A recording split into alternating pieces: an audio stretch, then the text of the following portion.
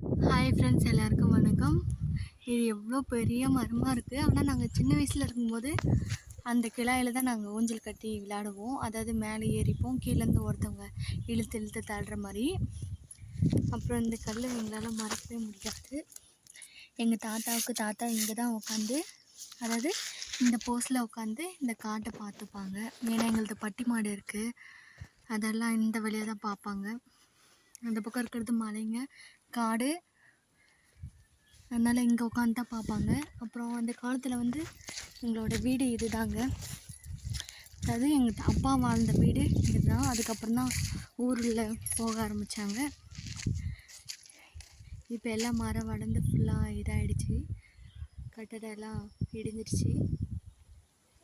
அப்புறம் அதுதான் மலை, அங்கே தான் ஆற்றுக்கு மலை, இந்த மலைக்கு அந்தாண்ட ஆறு இருக்கும், அங்கே தான் மாடெல்லாம் கூப்பிட்டு போவாங்க.